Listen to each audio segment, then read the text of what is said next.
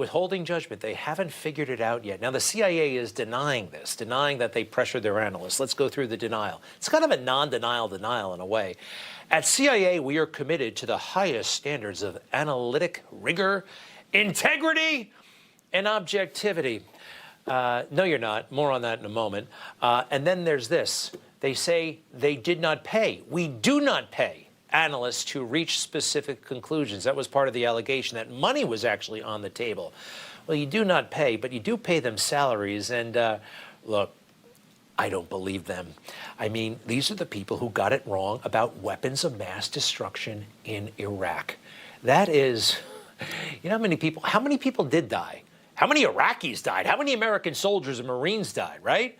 And those books were cooked.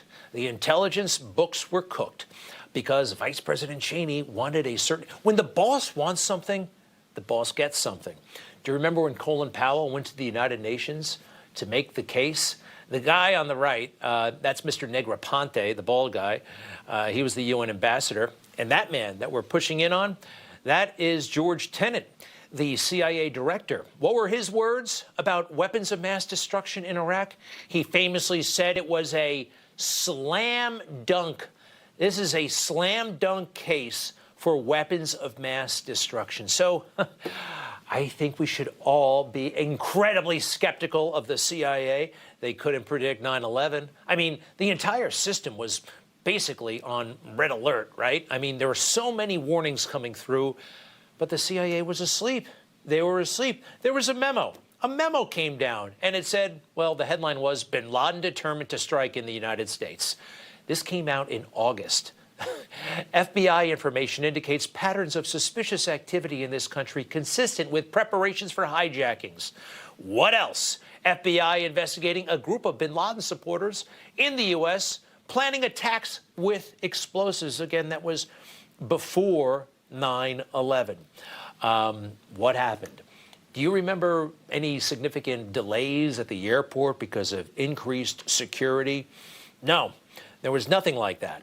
And after 9/11, we ultimately went into Afghanistan, but we gave bin Laden a great big head start, like a 5-week head start. Why didn't we go into Afghanistan bigger, stronger, faster?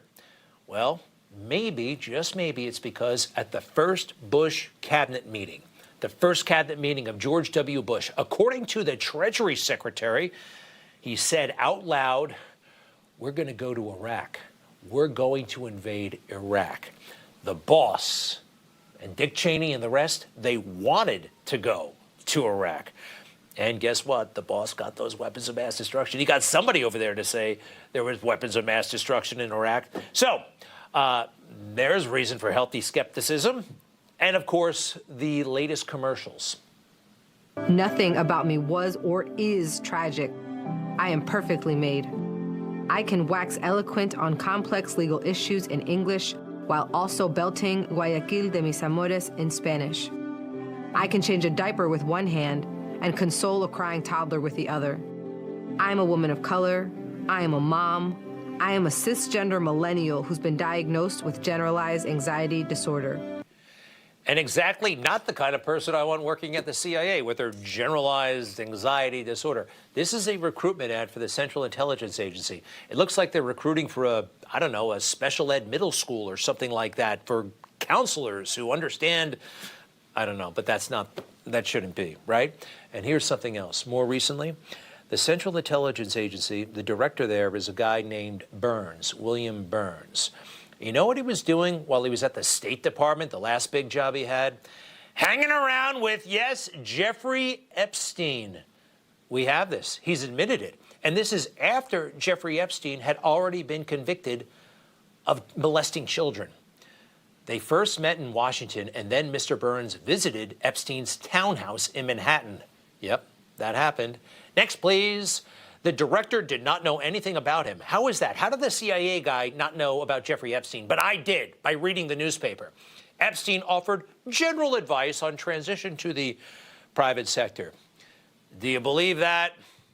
You shouldn't.